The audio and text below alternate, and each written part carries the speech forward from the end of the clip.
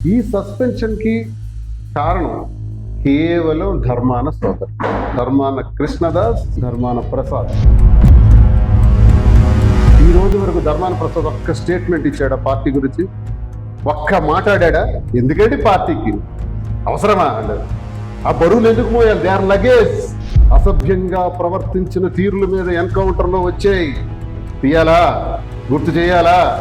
మళ్ళీ చెప్పాలా? సమయం వస్తే చెబుతా.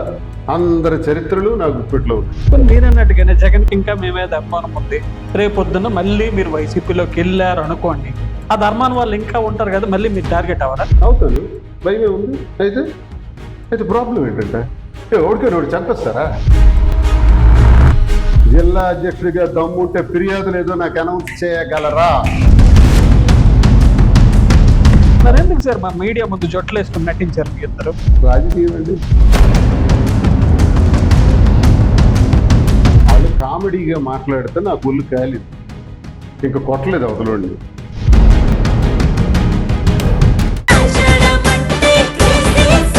అన్ని రకాల వస్త్రాలపై అప్ టు 70% డిస్కౌంట్. తెలుగు ప్రేక్షకులు నమస్కారం, నేను మీ ప్రసాద్ మండ్యాల. ప్రస్తుతం నాతో పాటు ఉన్నారు ఎమ్మెల్సీ దువ్వాడ శ్రీనివాస్ గారు. శ్రీనివాస్ గారు నమస్కారం. నమస్కారం, బాగున్నారు సార్? బాగున్నా సార్. శ్రీనివాస్ గారి జీవితం ఇప్పుడు తెరిచిన పుస్తకం కాబట్టి ఈ మధ్య చాలా రకాల పరిణామాలు జరిగాయి కాబట్టి ఈ ఇంటర్వ్యూలో మీ పొలిటికల్, మీ ప్రొఫెషనల్, కొన్ని పర్సనల్ క్వశ్చన్స్తో స్టార్ట్ చేద్దాం.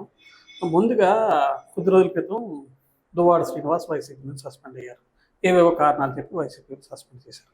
అయితే చాలామంది ఉత్తరాంధ్ర ప్రాంతంలో ఇన్ఛార్జీలను వ్యతిరేకిస్తూ చాలామంది బడా సీనియర్ నేతలే నడుస్తున్న పరిస్థితి. వాళ్ళకి లేని రూల్స్ దువ్వాడ శ్రీనివాస్ విషయంలోనే ఎందుకు వచ్చాయి అంటే మీరేమని చెప్తారు? ఇటీవల కాలంలో సస్పెన్షన్ నేను వైఎస్ఆర్ కాంగ్రెస్ పార్టీ నుంచి గురవటం చాలా ఆశ్చర్యాన్ని కలిగించింది. ఎందుకంటే పార్టీ పెట్టిన రోజు దగ్గర నుంచి కూడా నేను జగన్మోహన్ రెడ్డి గారి ఆహ్వానం మేరకు ఉన్నాను. అంతకుముందు నా చరిత్రలో కూడా డాక్టర్ వైఎస్ రాజశేఖర రెడ్డి గారితోనే అడుగులు వేశాను. వారి పాదయాత్ర చాలా కీలకంగా హరిశ్చంద్రపురం నియోజకవర్గంలో, అలాగే జిల్లా మొత్తం పూర్తయ్యే వరకు కూడా చాలా ఫోకస్డ్గా పనిచేసాం.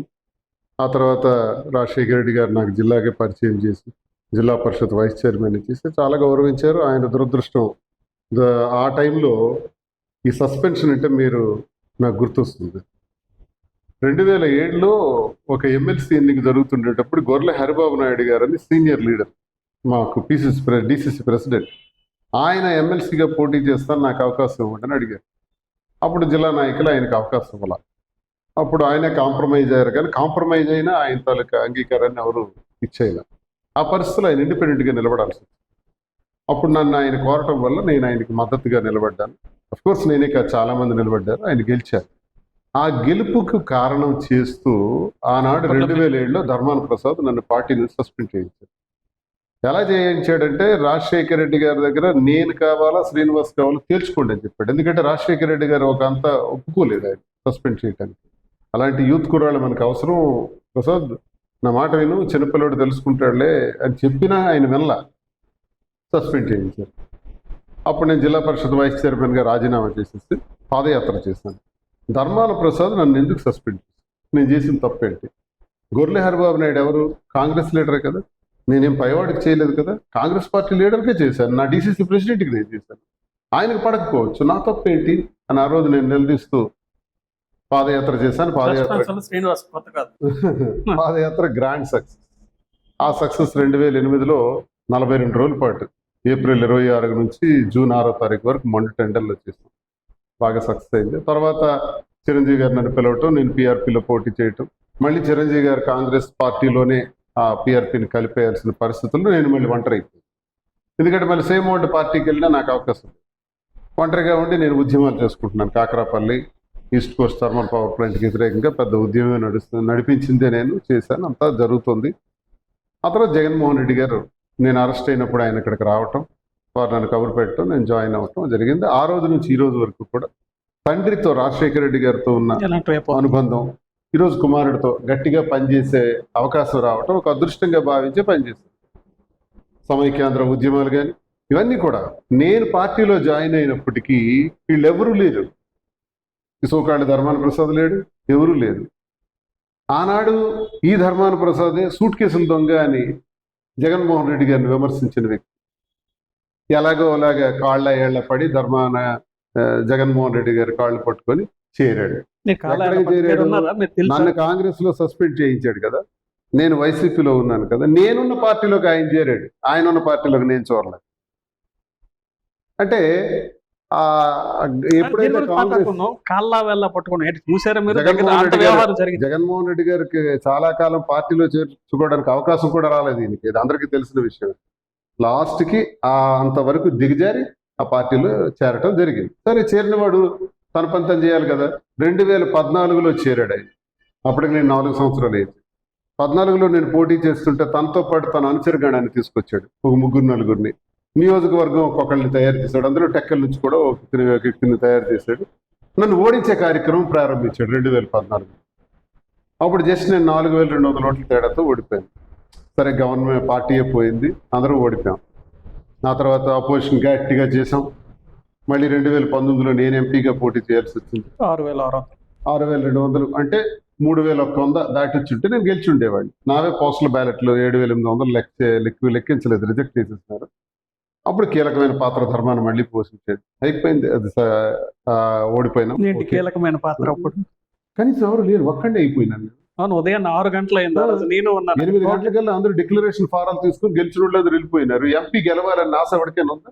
బాధ్యత ఉందా? తర్వాత రోజు మార్నింగ్ 8 వరకు కౌంటింగ్. రీకౌంటింగ్ చేయమని నేను ఒక లెటర్ పెట్టాను. ఎవరైనా వచ్చి నిలబడ్డారా? రీకౌంటింగ్ చేయాలని గట్టిగా అడిగారా? అందరూ వెళ్ళి పడుకున్నారా? ఉదయం 4-5 గంటల వరకు నేనే కదా, నేను ఒక్కడే కదా కాపలా కాసుకుంది. ఆ బాధలన్నీ గొడవలన్నీ పడ్డాను. ఆఖరికి 3,000 తేడాతో ఓడిపోవటం జరిగింది. దీని అంతటికీ కారణాలు వాళ్ళకి తెలియదా? కక్ష సాధింపు చర్యలు అక్కడ అది జరిగింది. ఆ తర్వాత జరిగిన పరిణామాల్లో ఇప్పుడు 2024లో పోటీ చేసాం. ఓకే, మా ఇంటి గొడవలు ఈనాడు కాదు, ఎప్పటి నుంచో ఉన్నాయి. బయట ప్రజలకు తెలిసింది 2022 సంవత్సరం నుంచి. పార్టీ అధిష్టానం కూడా చాలాసార్లు మమ్మల్ని కూర్చోబెట్టి రాజీ చేయాలని చూశారు, కానీ కుదరలేదు. సరే, టికెట్ నాకు అక్కర్లేదు, ఇచ్చేయండి అని చెప్పి వాణి గారికి ఇచ్చేయమని నేను చెప్పేశాను. నేనే విత్డ్రా అయిపోయాను ఎలక్షన్ నుంచి. నేనే స్వార్థం, దుర్మార్గమైన ఆలోచనలు నా బ్రెయిన్లో ఉండుంటే టికెటే నేను విడిచిపెట్టుకోను. జగన్మోహన్ రెడ్డి గారికి చెప్పి నేను అనౌన్స్ చేశాను. తర్వాత ఒకసారి అనౌన్స్ చేశాను. ఆ తర్వాత అది అయిపోయింది. సరే, అది అందిపుచ్చుకోలేని కారణంగాను ఎందుకో మళ్ళీ నేనే పోటీ చేయవలసి వచ్చింది. నేనే చేశాను. చేసిన తర్వాత ఈ గొడవలు 22 నుంచి నడుస్తున్నాయి. 22 నుంచి నడిచేటప్పుడు 24లో నాకు టికెట్ రాకూడదు. ఈ గొడవే కారణం అయితే మీరు అడిగిన ప్రశ్నకి లేదు. గొడవలు జరుగుతున్న సందర్భం గత ఏడాది ఆగస్టులో, జూలై ఆగస్టు ఇదే సమయంలో ఆ గొడవలుతున్నప్పుడు కూడా జగన్ మీ దగ్గరకు వచ్చి భుజం తట్టేలారు. అప్పుడు కూడా మిమ్మల్ని జూలై ఆగస్టులో కూడా సార్ నాకు ఏమీ తిను ఇక్కడ ఎక్కడ పడితే జరుగుతూ ఉంటాయి అన్ని అదే దొంగల పడ్డ 6 నెలలకు కుక్కల మురుగయ్య అన్నట్టు. జాగ్రత్తగా సర్దుబాటు చేసుకో అన్నారే తప్ప పాపం నాకు ఎప్పుడూ అనలేదు. ఈ సందర్భంగా నేను మీకు చెప్పాల్సిన ఒక కీలకమైన మాట ఒకటి ఏంటంటే, జగన్మోహన్ రెడ్డి గారు అధికారంలో ఉండేటప్పుడు, నేను ఎమ్మెల్సీగా ఉండేటప్పుడు కూడా నా దైవంగా అన్నాను. అధికారం కోల్పోయిన అపోజిషన్లో కూడా జగన్మోహన్ రెడ్డి నా దైవ సమానుడే అన్నాను. ఈరోజు సస్పెండ్ చేసేసిన నిన్నదే అంటున్నాను. నా మాట మారదు. దయచేసి ఇది చాలా మంది నోట్ చేసుకోవాలి. ఎవడెవడో ఛానల్స్లో ఇప్పుడు కొత్తగా వింటున్నాను, జగన్మోహన్ రెడ్డి గారి మీద దురుసుగా మాట్లాడాడు, ఒక్కటి చూపించమనండి. నేను దాని గురించి మాట్లాడుకుంటాను. జగన్మోహన్ రెడ్డి గారి మీద నేను దురుసుగా మాట్లాడినట్టు ఒక్కటి చూపెడితే నేను రాజకీయాలు వదిలేసి రాష్ట్రం వదిలేసి వెళ్ళిపోతాను. దాని కానీ గురించి నేను అనేది ఏంటంటే, ఈ సస్పెన్షన్ కి కారణం కేవలం ధర్మాన సోదరు, ధర్మాన కృష్ణదాస్, జిల్లా అధ్యక్షుడిగా ధర్మాన ప్రసాద్. వీళ్ళు ఏంటంటే కొత్త కోణం చెప్పారు. ఆ క్రమశిక్షణ కమిటీ ఇచ్చిన పలు ఫిర్యాదుల మేరకు అన్నారు. ఎవరికి ఇచ్చారు? అధ్యక్షుల వారికి, జగన్మోహన్ రెడ్డి గారు. ఏంటి ఆ ఫిర్యాదులు నాకు ఒకసారి చెప్పాలి కదా. కానీ జిల్లాలో ఒక చిన్న స్టోరీ నడుస్తుంది. మీరంట జగన్ దగ్గరికి వెళ్ళారంట, తిలక్ని సపోర్ట్ చేయని సీన్ని జగన్ అడిగారంట, నేను చెయ్యను అని చెప్పి డోర్ కొట్టి శ్రీనివాస్ వెళ్ళిపోయారంట. ఇమీడియట్ విత్ ఇన్ సెకండ్స్లోనే దువ్వాడ సస్పెన్షన్ లెటర్ వచ్చిందంట. ఇదేమైనా వాస్తవం ఉందా? మీరు జగన్ ఏమైనా మాట్లాడుకున్నారు? ఒకటి నేను మాట్లాడటం జరిగింది. జగన్మోహన్ రెడ్డి గారు, శ్రీను, నీ వల్లే అచ్చెన్నాయుడు గెలుపుకు కారణం అవుతుందని, అచ్చెన్నాయుడు గెలుపుకు నువ్వే కారణం అవుతున్నావు అని వీళ్ళు చెప్తున్నారు అన్నారు. చూసారా సార్ ఎంత ట్రాన్స్పరెంట్ గా ఉంటారో. ఆయన ఏం దాచుకోవాలి, వాళ్ళు ఎదురుగానే చెప్పారు. వాళ్ళు అంతకు ముందు కూడా చెప్పారు, శ్రీను వీళ్ళు నీకు చేయమంటున్నారని. ఎవరెవరు? కృష్ణదాస్, ప్రసాద్, మొత్తం జిల్లా నాయకులు అందరి ముందే చెప్పారు. ఆయన వాళ్ళందరూ ఉన్నారు, ఉన్నారు, ఎదురుగానే ఉన్నారు. సస్పెండ్ చేయమంటున్నారు వీళ్ళు. సరే పర్సనల్ ఇష్యూస్ ఈయన చూసుకుంటాడు లేని పైన అని చెప్పేసాను సార్ చెప్తున్నాను కదా, సార్ నుంచి జగన్మోహన్ రెడ్డి అనే వ్యక్తి నుంచి నన్ను ఎవరు సస్పెండ్ చేయించలేరు. దువ్వాడ శ్రీనివాస్ మనసుల్లో నుంచి జగన్మోహన్ రెడ్డిని సస్పెండ్ చేయించలేరు. ప్రజల గుండెల నుంచి నన్ను సస్పెండ్ చేయించలేరు. మీరు చేయగలిగితే పార్టీ నుంచి సస్పెండ్ చేయించగలరు. ఇందాక స్టోరీ గురించి చెప్పండి. మీరేమో డోర్ కొట్టి బయటకు వచ్చారా? అప్పుడు జగన్మోహన్ రెడ్డి గారు నన్ను అడిగారు, మీరు నీ వల్లే అచ్చెన్నాయుడు గెలుపు కారణం అవుద్దని అంటున్నారు, నువ్వు తిలక్కి ఇన్ఛార్జ్ అన్నారు, ఇన్ఛార్జికి సపోర్ట్ చేయాలి అని అంటే, అన్న అచ్చెన్నాయుడికి సపోర్ట్ చేస్తే ఎంతో ఈడికి చేస్తే అంతే అన్న. అచ్చెన్నాయుడికి మీరు ముగ్గురే ఉన్నారు. ఉన్నారు, బొత్సరావు గారు ఉన్నారు, కన్నబాబు ఉన్నారు, సద్దుల గారు. ఈ ఇన్ఛార్జికి అచ్చెన్నాయుడికి మంచి రిలేషన్స్ ఉన్నాయన్న. వీడికి చిన్న కార్ యాక్సిడెంట్ అయితే వైద్య సదుపాయాలు ఏర్పాటు చేస్తూ డైరెక్ట్ అచ్చెన్నాయుడే ఫోన్ చేసాడు. ఆయన పుట్టినరోజుకి ఈయన ఫోన్ చేస్తాడు. ఇలాంటి వాడిని సపోర్ట్ చేయవలసిన అవసరం నాకు లేదన్నా, నేను చేయనన్నా. నాకు టికెట్ ఇవ్వద్దు, ఎవరికైనా ఇవ్వండి, మీరు ఎవరికి ఇచ్చినా నేను సపోర్ట్ చేస్తాను. అతడికి మాత్రం నేను చేయను. అతడు దొంగ, పార్టీకి ద్రోహి, అచ్చెన్నాయుడితో చేతులు కలిపిన ద్రోహి, అలాంటి వ్యక్తికి నేను చేయను అన్న. అంటే అప్పుడు మరి అదే పరిస్థితి అయినప్పుడు వీళ్ళు మీకు తప్పుడు సమాచారం ఇస్తున్నారు. నా వల్ల అచ్చెన్నాయుడు బలపడుతున్నాడు అనే తప్పుడు సమాచారం ఇస్తున్నారన్న. నేను 25 సంవత్సరాల నుంచి ఎర్రనాయుడుతో అచ్చెన్నాయుడుతో ఫైట్ చేస్తున్నానన్న. ఈ రోజు కాదు, నాన్న కాలం నుంచి కూడా చేసుకుంటూ వస్తున్నాను. వైసీపీలోకి నేను చేరింది 2010లోను, 15 సంవత్సరాలు అయింది. ఇప్పుడు ఇంతకాలం నా సుదీర్ఘ పోరాటంలో వాళ్ళతోనే ఫైట్ చేసి నేను, నా వల్ల వాళ్ళు గెలుస్తారని వీళ్ళు మీకు చెప్తుంటే చాలా ఆశ్చర్యంగా ఉందన్న. ఏదైనా మీ ఇష్టం అన్న, మీరు ఎప్పుడు నా గుండెల్లో ఉంటారు. సర్వం నా జీవితం ఉన్నంతకాలం నా గుండెల్లో ఉంటే జగన్మోహన్ రెడ్డి అన్న. డోర్ నేనెవరు, వేయడానికి తీయడానికి నేనెవరన్నా, డోర్కి సంబంధం ఏంటి అని చెప్పి వచ్చేసాను. మధ్యలో డోర్ ఏంటో నాకు అర్థం కాదు. డోర్ వేసి వచ్చారని. కానీ అయితే ముందు నుంచి వచ్చిన దువ్వాడ సీని మాట కాకుండా వెనకొచ్చిన ధర్మాన మాట జగన్ ఎందుకున్నారు? ఏంటి రాజకీయాల్లో నాది చిన్నపాటి రాజకీయ నియోజకవర్గం వరకే. నాకు నచ్చిన వ్యక్తులకి, నేనంటే ప్రేమించే వ్యక్తులకి, నేను అభిమానించిన వ్యక్తులకి నేను కొన్నిసార్లు ఏమీ చేయలేకపోయాను.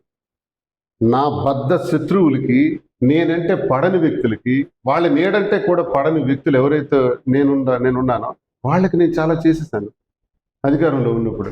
రాజకీయం ఇంతేనండి, రాజకీయం ఇలాగే ఉంటుంది, తగలడుతుంది. ఒక్కోసారి మన మనసుల్లో ఉన్నవి జరగవు, మనకు పరిస్థితులే మన పని చేతి తప్పు చేయిస్తాయి. నాలాంటివాడికి ఇలా జరిగితే ఆ స్థానంలో కూర్చున్న జగన్మోహన్ రెడ్డి గారికి మేం కావాలా, అతడు కావాలా తీర్చుకొని 2007లో ధర్మాన ప్రసాద్ ఎలా అన్నాడో మళ్ళీ సేమ్ లాజిక్ ఇప్పుడు అప్లై చేసి శ్రీనివాసే ఉంటే మేము చేయలేము. ఏం చేస్తారు చెప్పండి? మీరు ఆ ప్లేస్లో ఏం చేస్తారు, నేను ఆ ప్లేస్లో ఏం చేస్తాను? జగన్మోహన్ రెడ్డి గారికి తప్పుడు సమాచారం ఇచ్చి రాంగ్ పోర్ట్ రైడ్ చేసి ఇబ్బంది పెట్టారే తప్ప ఇది నిజానికైతే జగన్మోహన్ రెడ్డి గారు నాకు చేయదు. ఇది మా ఇద్దరి మధ్య ఉన్నటువంటి క్లాష్ కాదు, ఇది ధర్మాన బ్యాచ్ అన్నదమ్ములకి నాకు ఉన్న క్లాష్. ఈ రోజు క్లాష్ కాదు ఇది. నా 25 సంవత్సరాలతో నేను పోరాడుతున్నది 1 కింజరాపు సోదరులతో, ఎర్రనాయుడుతో, అచ్చెన్నాయుడుతో, 2 ధర్మాన ప్రసాద్, కృష్ణదాస్. ఇదే నా పోరాటం. మీరు నమస్కారం పెట్టి బయటకు వచ్చేసారు. ఆ తర్వాత ఇప్పుడు మళ్ళీ జగన్ తో ఈ సస్పెండ్ వార్త విన్న తర్వాత మీరు ఆ రేపు కంటిన్యూ మాట్లాడలేదు. అలా ఉన్నాం. మరి సస్పెండ్ అయిన తర్వాత ఎలా ఉంటుంది మాట? మళ్ళీ నేను అక్కడికి ఎలా వెళ్ళగలుగుతాను? సస్పెన్షన్ మీన్స్ మరి పక్కన పెట్టినట్టే కదా. పక్కనే ఉండిపోతారా? Political step Duvvada Srini next ఎలా ఉండబోతుంది? ఇప్పుడు మీకు ఎందుకు నేను చెప్పానంటే, ధర్మాన ప్రసాద్ ఆ రోజు సస్పెండ్ చేస్తే నేను పక్కన ఉండలేదే, పాదయాత్ర చేశాను. చిరంజీవి గారు పార్టీ పెట్టి పోటీ చేసిన తర్వాత ఆయన కాంగ్రెస్ లో పార్టీ కల్పిస్తే నేను ఖాళీగా ఉండలేదే, ఉద్యమమే చేశాను, ప్రజా ఉద్యమం. ఆ రోజు నా వెనక ఎవరున్నారు? నేనే పార్టీలో ఉన్నాను. పాదయాత్ర చేసినప్పుడు నా వెనకాల ఎవరున్నారు? అప్పుడు నేనే పార్టీలో ఉన్నాను. ఇప్పుడు నాకెందుకు పార్టీ? నేను నా వ్యక్తిగతంగా నాకంటూ ప్రతి గ్రామంలో కూడా దువ్వాడ శ్రీనివాస్ మనిషి నేను అని చెప్పుకునే మనుషులు ఉన్నారు, ప్రజలు ఉన్నారు, నా అభిమానులు ఉన్నారు. 1, 2, 3 ఉన్నారు. వాళ్ళే నా స్ట్రెంగ్త్, వాళ్ళే నా సైన్యం. ఆ ప్రజల అభిమానంతోనే 25 ఏళ్లుగా పనిచేశాను కదా. ఆ 25 ఏళ్లుగా నేను ప్రజల కోసం పడిన కష్టంలో ప్రతి గ్రామంలో నాకంటూ 100 మంది ఉంటే ప్రజలు, ఆ 100లో 10 మందో, 5 మందో, 15 మందో నా అభిమానులు ఉన్నారు. అదే నా బలం.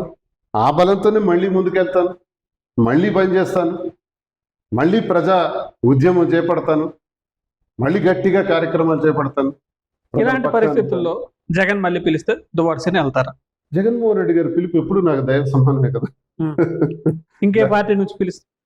నేను ఇంకా అలా ఆలోచించలేదండి. నేను ఏంటంటే ప్రస్తుతం ఇండిపెండెంట్ ఉన్నా, సస్పెండ్ అయ్యాను కాబట్టి ఇండిపెండెంట్ గా ఉన్నా. ఏదైనా పార్టీ నుంచి ఆఫర్ వస్తుంది? ఆఫర్లు వస్తున్నాయి, వస్తున్నాయి. ఆల్రెడీ వచ్చి ఏమైనా చిన్న లీక్స్? నేషనల్ లీగ్స్ చెప్పకూడదులేండి, నేషనల్ పార్టీస్ నుంచి వచ్చాయి, రీజనల్ పార్టీస్ నుంచి కూడా వచ్చాయి. కానీ నేనేంటంటే ప్రజలతోనే మమేకమై ఉన్నటువంటి వ్యక్తిగా ప్రజల నిర్ణయం మేరకే ఉంటాను. ఇప్పుడు తటస్థుడిగానే ఉన్నాను, తటస్థుడిగా స్వతంత్రుడిగానే పనిచేసుకుంటా ముందుకు పోతాను. పార్టీ నుంచి, వైసీపీ నుంచి దువ్వాడసిని సస్పెండ్ చేశారు, కానీ మీ ఎమ్మెల్సీ పదవిని ఇంకా అట్టే పెట్టుకున్నారు. ఏమైనా మండలిలో బలం తగ్గిపోతున్నా భయపడుతున్నారా, లేదంటే ఇంకా సాఫ్ట్ కార్నర్ ఉందా దువ్వాడసిని పైన? ఇంకా లేదు, నాకు రాజీనామా చేయమని అధిష్టానం చెప్పలేదు. అలాగని రాజీనామా చేసేద్దామని నేను అనుకున్నాను. ఎందుకని వెంటనే రెండో రోజే చేసేద్దాం అనుకున్నాను. కానీ కొంతమంది పెద్దలు సలహాలు సూచనలు ఏం చేశారంటే, నువ్వు ఇప్పుడు రాజీనామా చేస్తే టీడీపీకి సపోర్ట్ అవుతుంది, 2 రాజీనామా నీకు చేయమని ఎవరు చెప్పారు? సార్ చెప్పారా? సార్కి సస్పెండ్ చేశారు. Suspend is not an action, it can be revoked at any time or continued at until last moment. సస్పెన్షన్ అనేది కొనసాగొచ్చు, ఎత్తేయచ్చు. నీకు ఆయన ఇది రిజైన్ చేయమని చెప్పలేదు. నీకు నువ్వుగా రిజైన్ చేస్తే కావాలన్న ఉద్దేశంతో చేసినట్టు వస్తుంది. తర్వాత ఇది కరెక్ట్ కాదు, నువ్వు రెసిగ్నేషన్కి వెళ్ళకు అని పెద్దలు కొంచెం సలహాలు సూచనలు ఇస్తే అలాగే. ఏమో రేపు ఏం జరుగుతుందో, ఎల్లుండి ఏం జరుగుతుందో. ఈ పదవులు నాకు ముఖ్యం కాదండి. ఎందుకంటే జిల్లా పరిషత్ వైస్ చైర్మన్గా రాజీనామా చేసి పాదయాత్ర చేసిన వాళ్ళు ఇప్పుడు ఎమ్మెల్సీగా ఉండాల్సిన అవసరం నాకు లేదు. నా మనసుకి ఇది నచ్చలేదు, ఇది ఎందుకు నాకు ఈ పదవి అనుకున్నానంటే ఈ క్షణమే చేసేస్తానేమో, నాకు తెలియదు.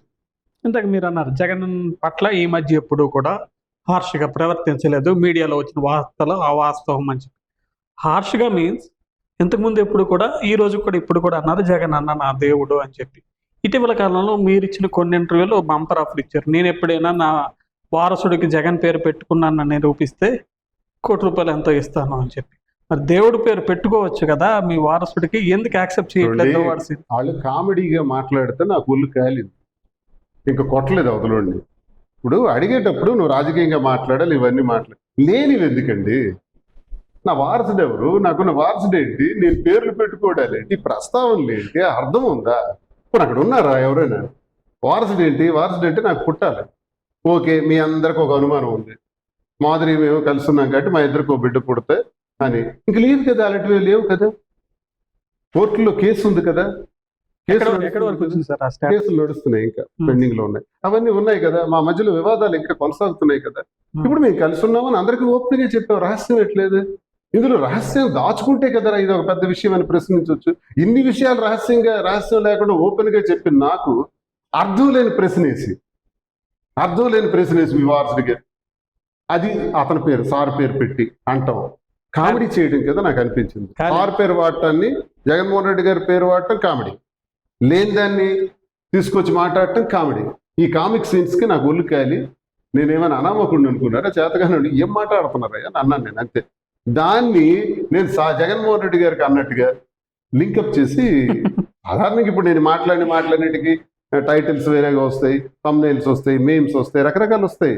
సో ఇదంతా ఫ్యాక్ట్ కాదు. ఎప్పుడైనా వీడియో మొత్తం చూసి, వీడియోలో ఏం జరిగింది చర్చ అనేది మొత్తం చూస్తే ఇంటర్వ్యూలో, అప్పుడు నేనేం మాట్లాడాననేది క్లారిటీగా అర్థమవుతుంది. నాకు జగన్మోహన్ రెడ్డి గారు రాజకీయంగా నాకు అభిమానం, గౌరవం. సినీ నటులకి వెళ్తే నాకు రామారావు గారు అన్నా చాలా ఇంట్రెస్ట్, జూనియర్ ఎన్టీఆర్ అన్నా చాలా ఇంట్రెస్ట్. లేదా వాళ్ళ పేర్లు పెట్టేసుకోవాలా, మరి నాకు పేర్లు ఏమి లేవా? బాలసుబ్రహ్మణ్యం గారు గాయకుడు, ఘంటసాల గారు అంటే చాలా ఇష్టం, వాళ్ళ పేర్లు పెట్టేయమంటారా నిజంగా జరిగితే? ఇది ఎందుకు ఇలాంటి కామెడీ ప్రశ్నలు అని నేను అన్నాను, అంతే. మామూలుగా చిన్న క్యూరియాసిటీతో అడుగుతున్నాను. మీ దువ్వాడ శ్రీను, దువ్వాడ వాణి ఈ వివాదం ఎంత ఇదవుతుంది, కోర్టులో నడుస్తుందని చెప్పారు కాబట్టి మామూలుగా ఒక లాయర్ని కన్సిడర్ అయితే అడుగుతాం ఎన్ని వాయిదాలు నడిచాయి, ఎప్పటికి డెడ్ లైన్ వస్తుంది అని చెప్పి. ఈ సో కాల్డ్ డైవర్స్ ఎపిసోడ్ ఎప్పుడు ఎండ్ అవుతుంది? ఏమైనా మీకు మీ లాయర్ కానీ ఏమైనా అడ్వైజ్ ఇచ్చారు, పలానా టైంకి ఇన్ని సిట్టింగ్లు అయ్యి, ఇన్ని వాయిదాలు అయ్యి, పలానా వాయిదా క్లియర్ అయిపోతుంది పర్టికులర్ బార్డర్ డెడ్ లైన్? చెప్పలేమండి, కోర్టులో ఉన్న కేసులు ఆవిడ కూడా అడుగుతున్నారు, ఆవిడ అడిగేమో నాకు తెలియదు. నాకు వాయిదాకు పిలిస్తే నేను వెళ్ళాలి, వెళ్తుంటాను, మా లాయర్ మాట్లాడతారు. వెళ్తుంటాను, వాయిదాలకు హాజరవుతుంటాం. మా లాయర్ మాట్లాడుతున్నారు, వాళ్ళు చూసుకుంటారు. అంతేగాని లీగల్ ప్రొసీడింగ్స్ మనం చెప్పలేం కదా, ఉమ్, అది ఉమ్, న్యాయస్థానం తొలగి నిర్ణయాలు. ఉమ్. దేవుడి వల్ల ఈ న్యాయస్థానం నిర్ణయం తొందరగా తీసుకుంటే నెక్స్ట్ ఏంటి, ఎలా వెళ్ళబోతున్నాయి? 2 రోజులు కూడా ఒక మైండ్ డిస్టర్బ్ అయ్యారు మీరు. వన్స్ దెవ్వెల మాదిరి మీ లైఫ్ లోకి వెళ్ళిన తర్వాత ఇంకా కొద్దిగా దీని మీద కనిపిస్తున్నారు కాబట్టి ఫ్యూచర్ లో ఈ ఏదైతే ఈ గాసిప్స్ అన్నిటికీ అండకాడు పెట్టేసి అఫీషియల్ గా ఎందుకు రహస్యం ఏంటి లేదు. ఇప్పుడు నా భర్తే నాకు కావాలి, ఇవన్నీ నాకు వద్దు అని వాణి అనుకుని ఉంటే మాధురి వాళ్ళ ఇంట్లో మాధురి ఉండేది, నేను నా ఇంట్లో ఉండేవాడు. ఇది పెద్ద విచిత్రమైన కథ ఏం కాదు. నన్ను ఇంటి నుంచి పంపించేసి తాళం వేసేసి ఆస్తులన్నీ రాయించుకొని నన్ను ఒంటరిని చేసేసి నన్ను ప్రజల్లో పలచం చేసి నాయకుడి ముందు కంపు చేసేసి ప్రచారం చేసేసి మీడియా ముందు చెప్పేస్తే సరే, నా ఉనికి వాళ్ళకి ఇష్టం లేదు, మరి ఇంకెందుకు లేని నేను దూరం అయిపోయాను. దూరంగా పలాసలో ఉంటుంటే నాకు అండదండగా నిలబడింది ఆ టైంలో, నేను ఒంటరి అయిపోయినప్పుడు. ఎవరు? మాధురి. వాళ్ళకి అత్తవారు కన్నవారు ఉన్నప్పటికీ, సమస్యలు ఉన్నప్పటికీ అన్ని కూడా పక్కన పెట్టేసి నా కోసం నిలబడి ఎలక్షన్ కూడా నిర్వహించింది. ఎలక్షన్ నిర్వహణ చేసి ఇల్లు నిర్మాణానికి అన్ని కూడా చేస్తూ ఆర్థికంగా కూడా కొంత తోడ్పడింది. ఏం చేయాలా? రహస్యంగా ఉంచుకోవాలా? మాధురి ఎవరో తెలియదంటే చెప్తూ మీరు నన్ను అడుగుతారా? దువ్వాడ శ్రీనివాస్ ఎవరో తెలియదని మాధురి అంటే మీరు ప్రశ్నించగలరా? దేశంలో జరుగుతుందంత ఇదే కదా, ప్రతి ఒక్కడి జీవిత చరిత్ర అదే కదా, ఎవడి షర్ట్ ఇప్పినా ఇదే కదా నడుస్తుంది. నేను రహస్యం ఉంచలేదే, చెప్పాను ట్రాన్స్పరెంట్గా, పారదర్శకంగా. యాస్, జరిగిందంతా కుండ బదులు కొట్టినట్టు నేను చెప్పాను కాబట్టి మీరు అడుగుతున్నారు. మీరు అడిగితే నేను చెప్పట్లా, నేనే చెప్పాను. ఇప్పుడు కలిసి ఉన్నాం, ఉంటాం, బిజినెస్లు చేస్తున్నాం, కలిసి కలిసి ఉన్నాం. ఇంట్లో కూర్చుంటే ఏమొస్తుంది? ఆర్థికంగా మా మీద చాలా బాధ్యతలు ఉన్నాయి. ఎవరు సార్ ఈ బిజినెస్ ఆలోచన? హైదరాబాద్ వెళ్ళి ఇద్దరం కలిసి బాధ్యతలు ఉన్నాయి కదా, బాధ్యతలు ఉన్నాయి, ప్రజలు ఉన్నారు, రాజకీయం ఉంది, ఇవన్నీ చేయాలంటే ఆర్థికంగా కూడా బలోపేతం కావాలి. అప్పుడు మనకున్న సోర్సెస్ అన్ని రెడీ చేసుకుంటా టెక్స్టైల్స్లోకి వెళ్ళాం. ఇంతవరకు మైన్స్ బిజినెస్లో ఉండేవాడిని, మైన్స్ ఆగిపోయింది కాబట్టి టెక్స్టైల్ రంగంలోకి వెళ్ళాను. ఆ టెక్స్టైల్ రంగంలోకి ఎప్పుడైతే అడుగు పెట్టానో సక్సెస్ఫుల్గా నడుస్తుంది. మేము ఊహించిన దానికన్నా, మా ఆలోచనల కన్నా అధిగమించి నడుస్తుంది. అంటే ఒక 2-3 ఏళ్లలో రావాల్సిన పేరు ఒక 3 నెలల్లోనే వచ్చింది. ఇప్పుడు కరెక్ట్గా నాకు తెలిసి పేరేమైనా వచ్చిందా? డబ్బులు గట్టిగా బిజినెస్ బాగుంది. నేనేం చాలా అబద్ధం అన్ని ఇన్కమ్ ట్యాక్స్ రిటర్న్స్ ఆన్లైనే కదా. బిజినెస్ చాలా బాగా చేస్తున్నాం. మేము చెప్తున్నాను కదా, రోజుకు 3 లక్షల బిజినెస్ అయితే చాలు అనుకున్నాం, ఇప్పుడు 6 లక్షలు దాడి చేస్తున్నాం. ఎన్ని బ్రాంచ్? ఆర్డినరీ డేస్ లో 6 లాక్, సండే వస్తే 10 లాక్, 12 లాక్. ఎన్ని బ్రాంచ్లు? నెక్స్ట్ బ్రాంచ్ వరకు స్టార్ట్ అవుతుంది జూబ్లీస్. బిజినెస్ అనుకున్న దానికన్నా బాగా నడుస్తుంది. అంటే చెప్తున్నాను, 3-4 సంవత్సరాల్లో రావాల్సిన పేరు ఒక 3 నెలల్లోనే వచ్చింది. మార్చి 15 ప్రారంభించాం, 100 రోజులు అయింది, బాగా పికప్. ఎంతమంది హేమీలు ఉన్నారు, వాళ్ళకి సాధ్యం ఒకటా సిల్క్స్ కలగా. హైదరాబాద్ లో పెద్ద స్టోర్స్ కి కాంపిటేటివ్ గా ఈ రోజు వెళ్ళాం. పెద్ద స్టోర్స్ మా గురించి ఆలోచించుకుంటున్నారు. అంటే మేము వాళ్ళకి పోటీగా వెళ్ళాం, రీచ్ అయ్యాం. శ్రీకాకుళం నుంచి హైదరాబాద్ వెళ్ళి హైదరాబాద్ లో వ్యాపారం ప్రారంభించి ఆ స్థాయి పేరు రావడం. మాధురి కృషి కూడా చాలా ఎక్కువ ఉంది. ఆమెకు ఉన్నటువంటి ఆ డిజైనింగ్ మీద ఉన్నటువంటి నాలెడ్జ్, నాకైతే జీరో నాలెడ్జ్. ఆమెకు ఉన్నటువంటి ప్యాషన్, ఆ ఫ్యాషన్. మీరు జీరో నాలెడ్జ్ అనేస్తున్నారు కానీ ఈ మధ్య సోషల్ మీడియాలో కాఫీ కన్నా శారీ పోతుంది. ఈ ఐడియా ఎవరిది? మేమే చేస్తాం. ఎవరికో ఎందుకు ఇవ్వాలి యాడ్స్ కి? మేమే చేస్తాం యాడ్స్. నా బిజినెస్, మా ప్రమోషన్ మేమే చేస్తాం. అది ఎవరిదో మేము చేయట్లేదు. కాంచీపురం ఒకళ సిల్క్స్ మా స్టోర్, మా కష్టం చెమటతో పెట్టిన స్టోర్. దాని గురించి మేము చెప్పకపోతే ఇంకెవరు చెప్తారు? అందుకే ఒక థీమ్ రాసుకుంటాం, డిజైన్ చేస్తాం, ఆ డిజైన్ ప్రకారం యాడ్ చేస్తాం. నేను నటిస్తాను, తను నటిస్తుంది. ఇంకా చాలా యాడ్స్ వస్తాయి త్వరలో, ఇంకా చాలా. టైం జరిగిపోతుంది. ఇప్పుడు రీల్స్ లో ఎప్పుడు ఫోన్ ఓపెన్ చేసినా దువ్వాడ దివ్యల మాదిరి కనిపిస్తారు, పొలిటికల్ ఇంటర్వ్యూలో కనిపిస్తారు, పొలిటికల్ చేస్తారు, సేల్ చేస్తారు. మీకేమైనా 36-48 గంటలు ఉన్నాయా రోజుకి? నాకు తెలిసి మీరు అడిగారు కాబట్టి, గత ఏడాది అంటే ఆగస్ట్ సెప్టెంబర్ నుంచి 3 గంటలు పడుకుంటున్నాం పర్ డే. 3 గంటలు అంటే వారణాసి నుంచి అవతల బెంగళూరు వరకు ప్రతి మగ్గందారుడి దగ్గర కూడా మేమే స్వయంగా వెళ్ళి ఆ మగ్గందారుడితో మాట్లాడి వాళ్ళకి కొంత ఇన్వెస్ట్మెంట్ ఇచ్చి ఆ క్వాలిటీ ఆఫ్ వస్త్రాలను తీసుకొచ్చి, ఎవరు లేరు, ఇద్దరే రీజనబుల్ ప్రైస్ ఇచ్చి, ఆ రీజనబుల్ ప్రైస్తో ఈరోజు గుడ్ విల్ సాధించాం. దీనికి అహోరాత్రులు శ్రమిస్తున్నాం. ఇంట్లో కూర్చుంటే వచ్చింది కాదు.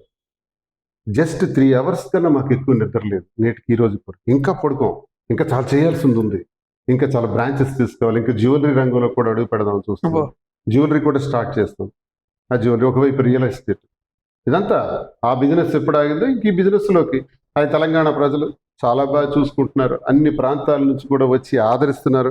ఆంధ్ర వాళ్ళు మీరు ఆశ్చర్యపోతారు. ఇచ్చాపురం నుంచి, బెరహంపూర్ నుంచి, అక్కడ విజయవాడ నుంచి అందరూ వస్తూనే ఉన్నారు. సార్ మీతో ఫోటో కావాలి, సార్ మీరున్నారని వచ్చాం, మీ స్టోర్ అని వచ్చాం, మాధురి గారు ఉన్నారని వచ్చాం. ఇలా వచ్చి కొనుక్కొని వెళ్తుంటే మాకు అక్కడ ఒక దేవాలయం లాగా మాకెంతో ఆనందంగా ఉంది. ఇంత ప్రజలు ఇంతగా సపోర్ట్ చేస్తారని, ఈ బిజినెస్లో ఇంత మద్దతు మాకు వస్తుందని, తెలంగాణ, ఆంధ్రప్రదేశ్ 2 రాష్ట్రాల నుంచి వస్తుందని, యూకే నుంచి, యుఎస్ నుంచి కూడా ఆన్లైన్ బిజినెస్ కూడా చేస్తాం. ప్రతిరోజు యుఎస్ కాల్స్ ఉంటాయి, ప్రతిరోజు యూకే కాల్స్ ఉంటాయి. ఆ యూరోపియన్ కంట్రీస్ కూడా మేము ఇక్కడి నుంచి పంపిస్తుంటాం. రోజు ఆన్లైన్ కూడా ఒక టీం నడుస్తూ ఉంటుంది. ఇవన్నీ కూడా చాలా ఆశ్చర్యకరంగా ఉంది మాకే. ఇవన్నీ ప్రజల మద్దతు. దేనికైనా ప్రజలే దేవుళ్ళని నమ్మి అడిగేసిన నాకు రాజకీయాల్లో ఎలా అయితే సహకరించారో ఈరోజు వ్యాపార రంగంలో కూడా అలాగే సహకరిస్తున్నారు. ఏదేమైనా నేను టెక్కల్ నియోజకవర్గ ప్రజలకి, శ్రీకాకుళం జిల్లా ప్రజలకు రుణపడున్నాను. వాళ్ళ పాదాలకు నా సాష్టాంగ నమస్కారాలు తెలియజేస్తున్నాను. నాకు ఈ స్థాయికి తీసుకొచ్చి, దువ్వాడ శ్రీనివాస్ అంటే ఇక్కడ సామాన్యంగా ఒక మిడిల్ క్లాస్ ఫ్యామిలీలో పుట్టిన నేను. నాన్నగారు సెక్షన్ ఇంజనీర్ రైల్వేస్లో. అక్కడి నుంచి వచ్చి నన్ను రాష్ట్ర స్థాయికి పరిచయం చేసింది నా టెక్కల ప్రజలు. 2 రాష్ట్రాలకు పరిచయం చేసింది నా టెక్కల ప్రజలు. టెక్కల ప్రజలకు శాశ్వతంగా నేను చేసిన ఈ వ్యాపారాల్లో ఒక ఎక్కువ శాతం, మాక్సిమం టైం ప్రజల కోసమే అంకితం చేస్తాను. ఈ ప్రజల కోసమే బ్రతుకుతాను. ఈ ప్రజల మధ్యే మరణిస్తాను. ఈ టెక్కలి ప్రజలే నా శాశ్వతం. వాళ్ళు నా గుండెల్లో ఎప్పుడూ ఉంటారు. వాళ్ళ కోసం పనిచేయటమే నా ధ్యేయం. గెలిచినా, ఓడినా, రాజకీయాలు ఏమైపోయినా, పార్టీల్లో ఉన్నా, సస్పెండ్ చేసేసిన, తొక్కి నార తీసేసిన, ధర్మాన ప్రసాద్, కృష్ణదాస్, దువ్వాడ శ్రీనికి ఏదో చేస్తాం, వాడు అయిపోయాడు రా అని అనుకున్నా, ఆడైపోడు, మళ్ళీ లేచిపోతాడు. నేను ఒకటి అడుగుతున్నా, సంవత్సరం అయింది, ఈ రోజు వరకు ధర్మాన ప్రసాద్ ఒక్క స్టేట్మెంట్ ఇచ్చాడా పార్టీ గురించి? ఒక్క మాట్లాడా? ఎందుకంటే పార్టీకి అవసరమా అన్నారు. ఆ బరువులు ఎందుకు మోయాలి? దే ఆర్ లగేజ్ కింద మొయ్యాలి మన వాళ్ళు. ఈ రోజు వరకు మాట్లాడలేదు కదా. కిక్కు మనం మాట్లాడండి. మా జిల్లా అధ్యక్షుడు నిన్న అచ్చెన్నాయుడు ఒక పెద్ద మాట అన్నాడు, 1000 అడుగులు గొయ్యితోవి జగన్ని పాతిస్తామని. ఒక్కడి స్టేట్మెంట్ ఇస్తున్నాడండి. ఎవరే వీళ్ళు నాయకులు? ఎవరిని సస్పెండ్ చేయాలి? ఇప్పుడు నన్ను సస్పెండ్ చేయమని జిల్లా పార్టీ అధ్యక్షుడు అడిగాడు కదా కృష్ణదాస్. అసలు వీటి మీద ఎందుకు నువ్వు స్పందించు? మీ అన్నదమ్ముడు సంవత్సరం అయింది మాట్లాడు. అసలు పార్టీలో ఉంటారా ఉండరా? క్లారిటీ లేదే. మరి ఎవరిని సస్పెండ్ చేయాలి? నన్ను సస్పెండ్ చేశారు కదా. ఎస్, నా కుటుంబ వ్యవహారం తప్పితే, నా వ్యక్తిగత వ్యవహారం తప్పితే, మీరు డిప్యూటీ సీఎంగా ఉన్నారు, జిల్లా పార్టీ అధ్యక్షులుగా ఉన్నారు. వైసీపీలో నేను ₹1 లంచం తీసుకున్నాను, భూ కబ్జాలు చేశానా, అవినీతి చేశానా, అధికార దుర్వినియోగం చేశానా? తీసి పెట్టండి. నేను ఇంత గట్టిగా సవాల్ చేసి అడుగుతున్నా. ఛాలెంజ్. నాకు సస్పెండ్ చేయమని ఎవరైతే రికమెండ్ చేశారో, నా జగన్ అన్నకి ఎవరైతే రికమెండ్ చేశారో, నా అన్న నుంచి నన్ను ఎవరైతే దూరం చేశారో వాళ్ళకి నా ప్రశ్న ఇది.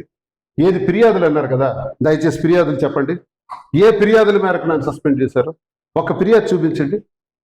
చూపించరు, ఫిర్యాదులు లేవు, సస్పెన్షన్ చేస్తారు.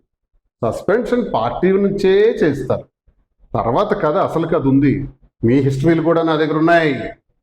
మీ స్టోరీలు కూడా ఎన్కౌంటర్ బుక్లో వచ్చాయి. అసభ్యంగా ప్రవర్తించిన తీరుల మీద ఎన్కౌంటర్లో వచ్చాయి. తీయాలా? గుర్తు చేయాలా? మళ్ళీ చెప్పాలా? సమయం వస్తే చెబుతా. అందరి చరిత్రలు నా గుప్పెట్లో ఉన్నాయి, తీస్తాను. దువ్వాడ శ్రీని దగ్గర ఎంత ఇంటెలిజెన్స్ ఉంటే జగన్మోహన్ రెడ్డి దగ్గర ఉండదా? ఇవన్నీ తెలియవు ఆయనకి? తెలుస్తుందండి. ఇప్పుడు బలం ఎప్పుడైనా సరే ప్రాధాన్యత వహిస్తుంది. నేను ఒంటరిని, నాకు ఇంట్లో సపోర్ట్ లేదు, నాయకుల్లో సపోర్ట్ లేదు, ముక్కు సూటుతాను నాది, ఒక రకంగా పొగరు, నోటి దురద, ఆగను, ఎంత జరిగినా ఆగను, ఇంకా గట్టిగా మాట్లాడతాను, చచ్చే వరకు ఇంతే, నన్ను ఎవడు మార్చలేడు, మారను, స్పష్టంగా పారదర్శకంగా ఉంటాను, కుండ బద్దలు కొట్టినట్టు మాట్లాడతాను, ఎవడైనా మాట్లాడతాను, ఖాతరు చెయ్యను. ఈ తత్వం వాళ్ళకి నచ్చదండి. నచ్చకే ఒకటయ్యారండి, ఒకటే కొట్టారండి. పాపం జగన్ అన్నని చాలా ఇబ్బందులకు గురి చేసి నన్ను సస్పెండ్ చేశారండి. ఆయనకైతే ఇష్టం లేదండి. ఆయన చేయాలనుకుంటే నాకు టికెటే ఇవ్వరండి. చేయాలనుకుంటే ఆ గొడవల్లోనే చేస్తాను. మీరన్నట్టుగానే జగన్కి ఇంకా మీ మీద అభిమానం ఉంది. రేపొద్దున మళ్ళీ మీరు వైసీపీలోకి వెళ్ళారు అనుకోండి, ఆ ధర్మాన్ని వాళ్ళు ఇంకా ఉంటారు కదా, మళ్ళీ మీరు టార్గెట్ అవరా? అవుతాను, భయమే ఉంది. అయితే ప్రాబ్లం ఏంటంటే ఓడికని ఓడి చంపేస్తారా? అవుతానండి. ఇప్పుడు టార్గెట్ కానా? ధర్మాన వాళ్ళకి 25 సంవత్సరాల నుంచి నేను టార్గెట్. ఏం పీకుతారు? నేను ఎందుకు పాదయాత్ర అంత చేయలేదు. కోపం ఎందుకు దువ్వాడ శ్రీనివాస్? అంతే కదా, నేను గట్టిగా ఎర్రన్నాయుడిని అచ్చెన్నాయుడిని తూర్పడపడతాను. వాళ్ళకి ఇష్టం ఉండదు. అవగాహన రాజకీయాలు ఉంటాయి ఈ జిల్లాలో. మీరు గెలవాలి, మేం గెలవాలి, అందరూ ఓడిపోవాలి. కళింగ కమ్యూనిటీకి మేము చెందిన వాళ్ళం. కాళింగుల్ని తొక్కి తొక్కి తొక్కి తొక్కి తొక్కేది. కళింగ కొనలో గట్టిగా ఉంటాను కదా. ఏ కళింగ నియోజకవర్గంలో మనశ్శాంతి ఉంచారో చెప్పండి? ఇచ్చాపురంలో ఉంచారా? టెక్కల్లో ఉంచారా? వైసీపీలో ఉంచలేదేమో, టీడీపీ. అదే టీడీపీలో. ఆంధ్రాల వలసలో ఉంచారా? నేను వైసీపీ గురించి మాట్లాడుతున్నాను. ఆంధ్రాల వలసలో ఉంచారా? ఎవరికైనా మనశ్శాంతికి ఉంచారా? డివైడ్ అండ్ రూల్ చేసి కొత్త వాళ్ళని తయారు చేసి చీల్చి చెండాడేసి ముక్కల్ని చేసి గ్రూపులు చేస్తారు. మాలో కొంతమంది తప్పుడు గాళ్ళు ఉంటారు, మాలో కొంతమంది చెంచాగాళ్ళు ఉంటారు. వాళ్ళు చేసిన విధానాలు వాళ్ళకి అవకాశాలుగా మారుతున్నాయి. అలా మారటం వల్లే ఈ కళింగ నియోజకవర్గం దువ్వాడ శ్రీని ఒక్కలే కాలింగా పేరాడతలు. అదే కదా, మాలో ఉన్న కొంతమంది స్క్రాప్ గాళ్ళు ఉంటారు. ఆ స్క్రాప్ గాళ్ళని వాడుకుంటారు. మరి నన్ను కొట్టాలంటే ఇంకేమన్నా పెట్టాలి, ఇంకో కాలింగొడ్డు పెట్టాలి. అదే పరిస్థితి ఇంకో నియోజకవర్గాల్లో నర్సన్నపేటలో ఎందుకు లేదు, శ్రీకాకుళంలో ఎందుకు లేదు? అక్కడ ఎందుకు ఆ కమ్యూనిటీ నుంచే మరో నాయకుడు ఎందుకు డెవలప్ కాలేదు? డెవలప్ చేయరు, చెయ్యనివ్వరు. అది టెక్కలకి ఎందుకు అయింది? ఆంధ్రాల వలసకి ఎందుకు అయింది? ఇచ్చాపురంకి ఎందుకు అయింది? ఇక్కడే ఎందుకు గ్రూప్స్ ఉన్నాయి? మా మీద పెడుతున్నారు కదా.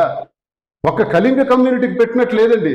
మా మీద ఆధారపడి ఉన్న ఎస్సీలు, ఎస్టీలు, కుమ్మరి, కమ్మరి, చేనేత, వడ్రంగి, రెడ్డిక, యాదవ, బ్రాహ్మణ్, వైశ్య, ఎన్ని ఎన్ని ఎన్ని కులాలు మా మీద ఆధారపడి ఉన్నాయి కదా. ఈ సందర్భంలో ఒక్క నిమిషం, వాళ్ళందరూ ఏమవ్వాలండి? ఈ జిల్లాలో కళింగ, కాపు, వెలమ ఈ 3 కులాలే కదా లీడ్ చేస్తున్నాయి. 3 కులాల మీద ఆధారపడే కదా అన్ని కులాలు వెళ్తాయి. మరి కాళింగ కులం మీద కూడా ఆధారపడి వెళ్తున్న మిగతా కులాలకి ఎంత నాశనం చేస్తున్నారండి మమ్మల్ని టార్గెట్ పెట్టుకుని. ఈ సందర్భంలో వ్యాలిడ్ క్వశ్చన్. మీరు అన్నట్టుగానే కళింగ, కాపు, వెలమ 3 కమ్యూనిటీస్ జిల్లాలో ఉన్నాయి. కానీ లీడింగ్ కమ్యూనిటీ మాత్రం కాళింగ ఉంది, ఎక్కువ పాపులేషన్ ఉన్న కమ్యూనిటీ. ఎంత పాపులేషన్ ఉన్నా పొలిటికల్ గా ఎందుకు గ్రోత్ అవ్వలేకపోతుంది కళింగ కమ్యూనిటీ అంటే దువ్వాడ శ్రీని ఏమని చెప్తారు? అదే డివైడ్ అండ్ రూల్ చేస్తారండి మా నియోజకవర్గాల్లో. మా నియోజకవర్గాల్లో ఫోకస్ పెట్టి, మా దురదృష్టం ఏంటంటే వాళ్ళకి ఎక్కువ కాలం అవకాశం వచ్చింది, వాళ్ళు ఉన్నత పదవుల్లో ఉన్నారు, మేము ఉండలేకపోయాం. మాలో ఉన్న వాళ్ళు కూడా కమ్యూనల్ గా ఉన్నత పదవులకు వెళ్ళినప్పుడు కూడా అంత ఛాలెంజింగ్ గా పని చేయలేకపోయారు. ఇప్పుడు అప్పయ్య దొర, కణిత విశ్వనాథ్, కృపారాణి గారు, సీతారాం గారు, మేము అంత కన్నింగ్ పాలిటిక్స్ చేయలేకపోయాం. కలిసి కూర్చోలేదా ఎప్పుడు?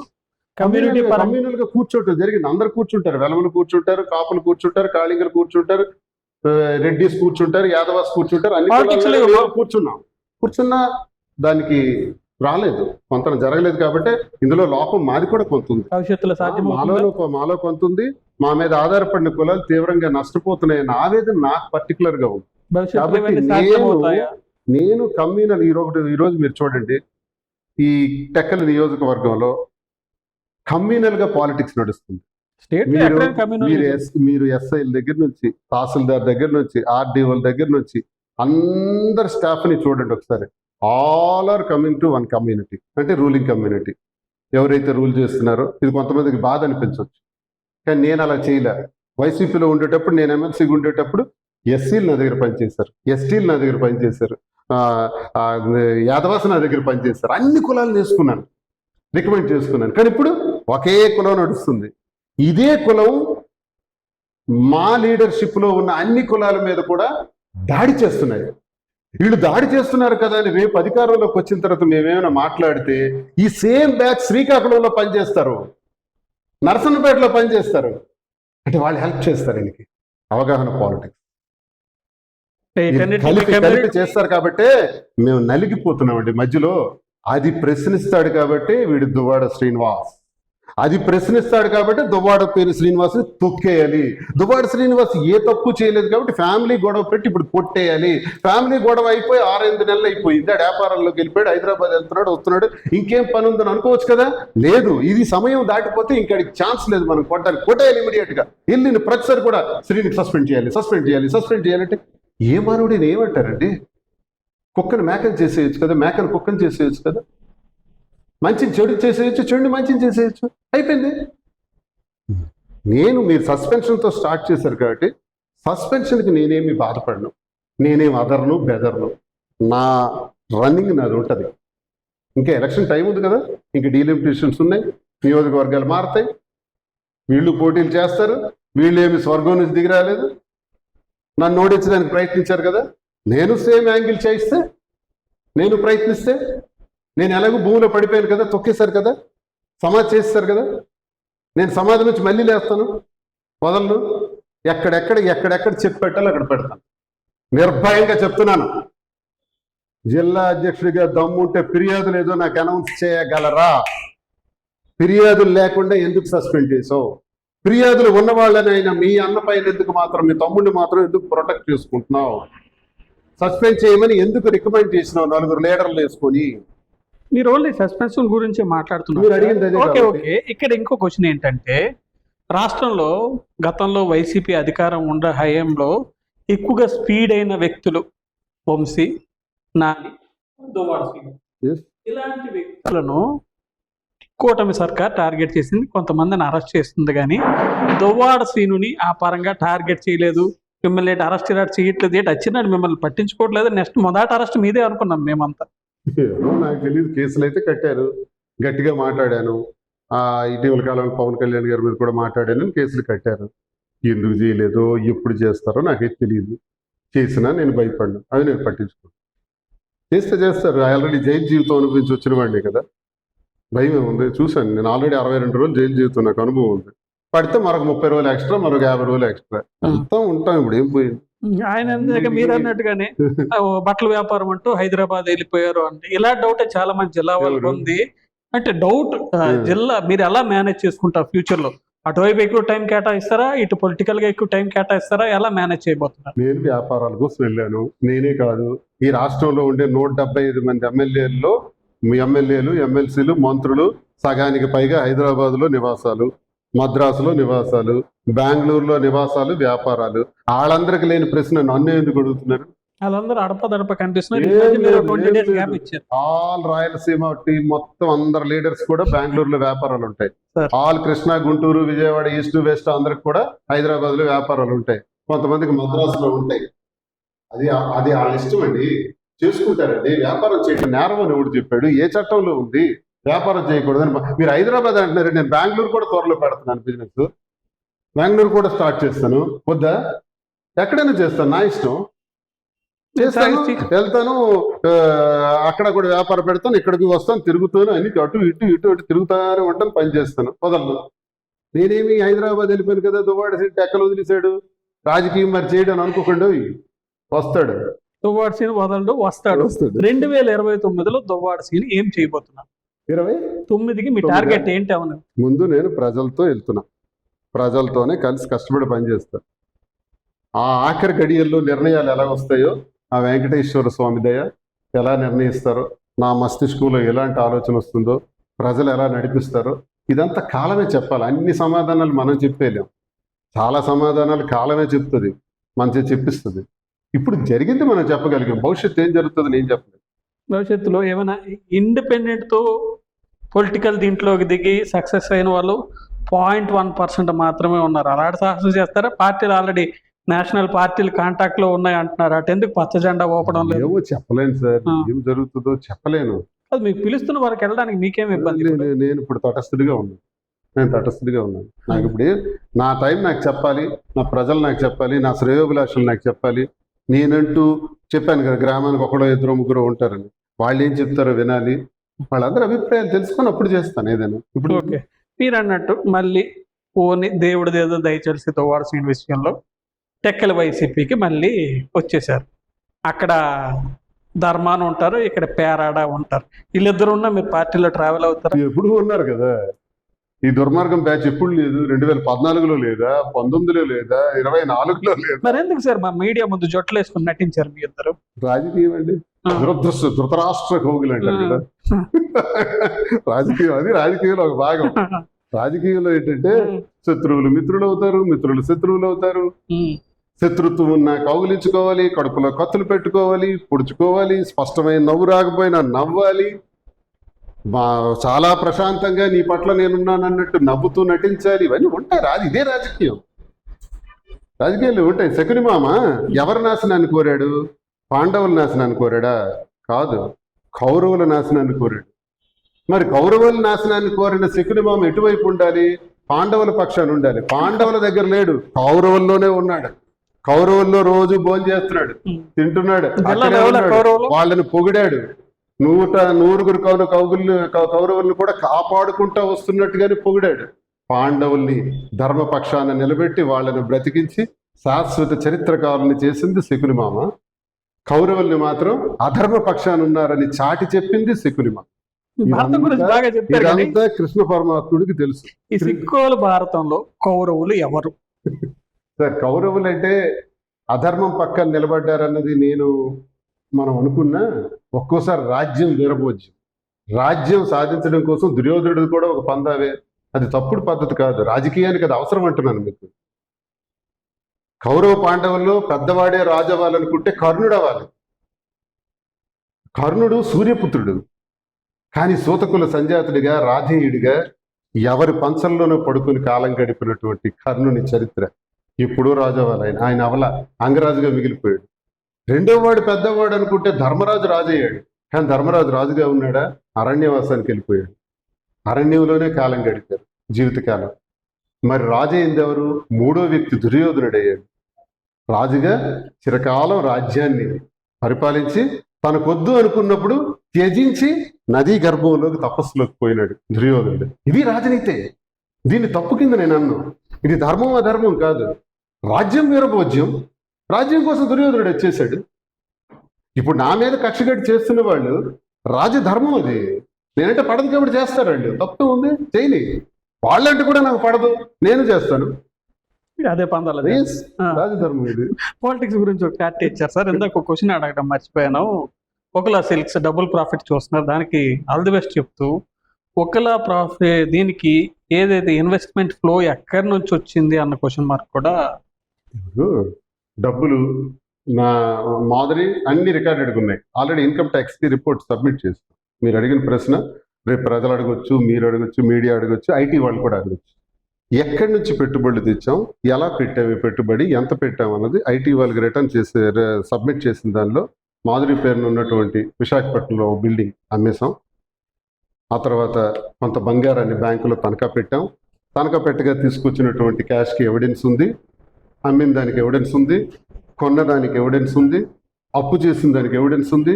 శ్రీకాకుళంలో ఒక స్థలం అమ్మాం, ఆ స్థలానికి కూడా ఎవిడెన్స్ ఉంది. ఈ ఎవిడెన్స్ వీటి ద్వారా వచ్చిన డబ్బునే పెట్టుబడి కింద పెట్టాం. ఇవన్నీ ఐటీ వాళ్ళకి చూపెట్టాను. మరి ఎప్పుడో మీకు అంత సరదాగా ఉంటే నేను ఎలాగో నామినేషన్ వేస్తాను కాబట్టి ఎఫిడవిట్లో రాస్తాను కదా, ఎఫిడవిట్లో పడుతుంది, అప్పుడు చూపించుకోండి.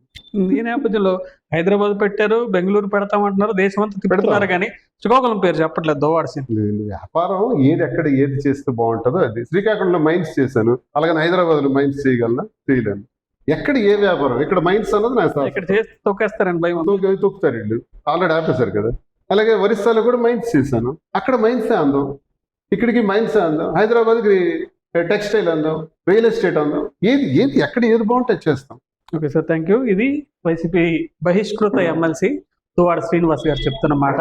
ప్రస్తుతం తాను ప్రజలు ఏ నిర్ణయం తీసుకుంటే అటువైపుగా వెళ్లేందుకు సంసిద్ధుడుగా ఉన్నానని, ఇప్పటికే అనేక జాతీయ పార్టీల నుంచి పిలుపు వచ్చినా తొందరపడి ఏ నిర్ణయాలు తీసుకున్నానని 2029 నాటికి స్పష్టమైన కార్యాచరణతో ముందుకు వెళ్తున్నానని చెప్తున్నారు. ఇంకోవైపు సిక్కోలు వైసీపీ రాజకీయాల గురించి కూడా కొన్ని హాట్ కామెంట్స్ అయితే దువ్వాడ శ్రీనివాస్ చేసిన పరిస్థితి. చాలా మంది కావాలనే ధర్మాన లాంటి సోదరులు నన్ను తప్పించే ప్రయత్నం చేస్తున్నారని, రేపు మళ్ళీ నేను బ్యాక్ టు ఫామ్ వస్తే కనుక మళ్ళీ వీళ్ళందరిపై తనదైన శైలిలో తన రాజకీయం ఏంటో చూపిస్తానని చెప్పి ఎమ్మెల్సీ దువ్వాడ శ్రీనివాస్ స్పష్టం చేస్తున్న పరిస్థితి ఉంది. ఇది ఇంతవరకు అప్డేట్.